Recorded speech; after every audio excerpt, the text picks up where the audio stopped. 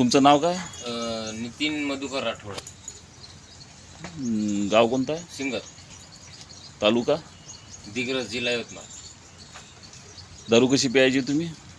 दारू मला कमीत कमी रोज 300 ते 400 रुपये लागायचे. हो का? पण आता म्हणजे बिलकुलच बंद झाली. कारण हे जे औषध आहे आयुर्वेदिक लई चांगलं आहे आणि एक नंबर रिझल्ट आहे. आज मला 20 ते 22 दिवस झाले. मला वाससुद्धा जमत नाही आणि जेवण भरपूर चाललेलं आहे.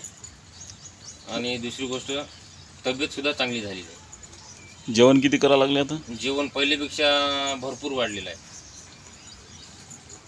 2-3 टाईम? हो, 3 टाईम जेवण. दारू सकाळ संध्याकाळ पिये का तुम्ही? दारू 3 टाईम.